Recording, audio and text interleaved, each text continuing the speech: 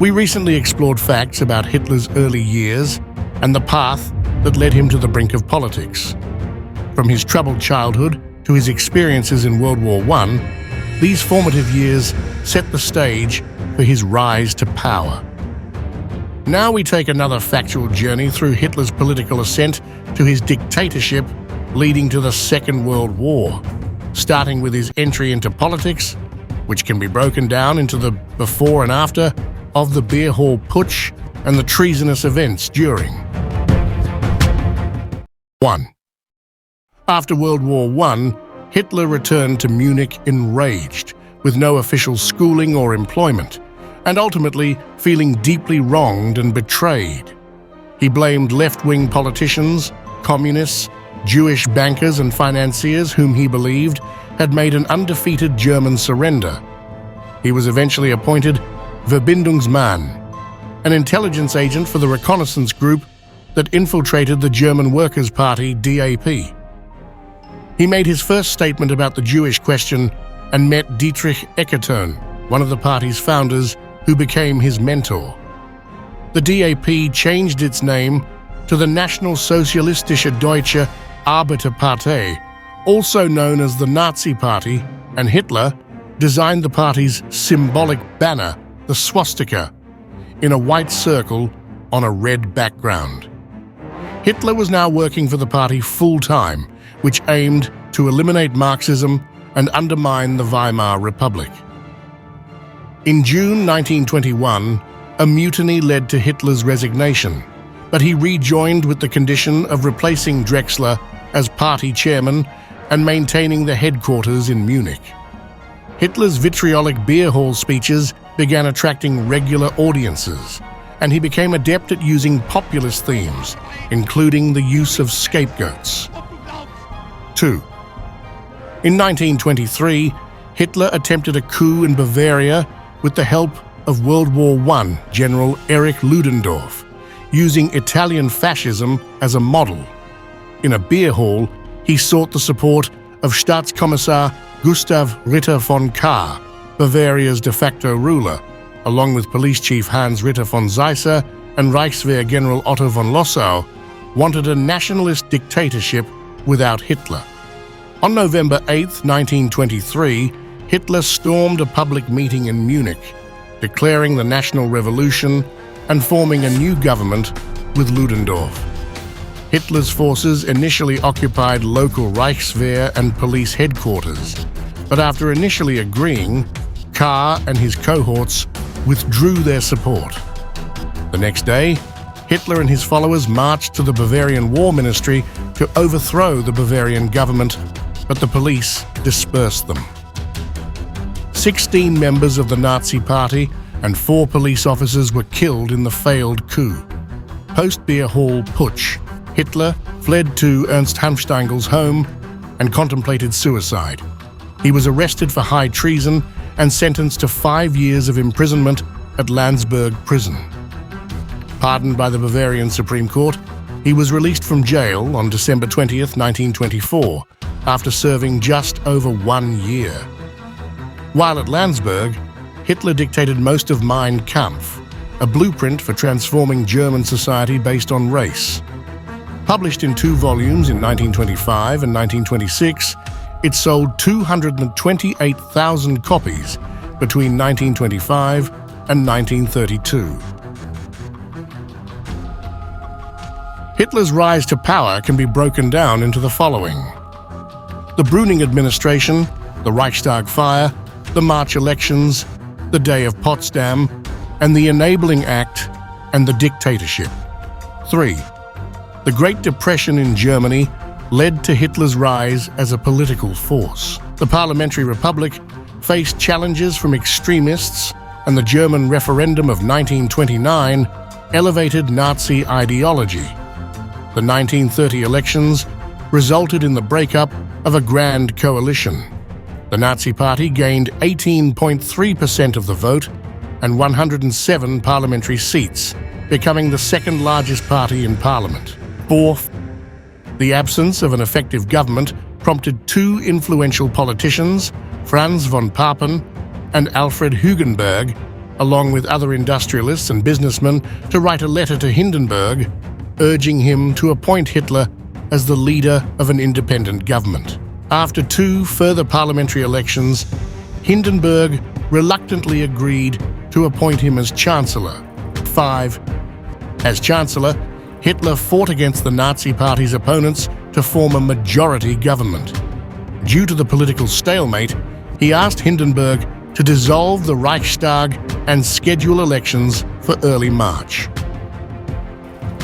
On February 27, 1933, the Reichstag building was set on fire, with the blame being placed on a communist plot. Hindenburg signed the Reichstag fire decree, suspending basic rights and allowing detention without trial. Activities of the German Communist Party, KPD, were suppressed, and around 4,000 KPD members were arrested. The Nazi Party engaged in paramilitary violence and anti-communist propaganda before the election.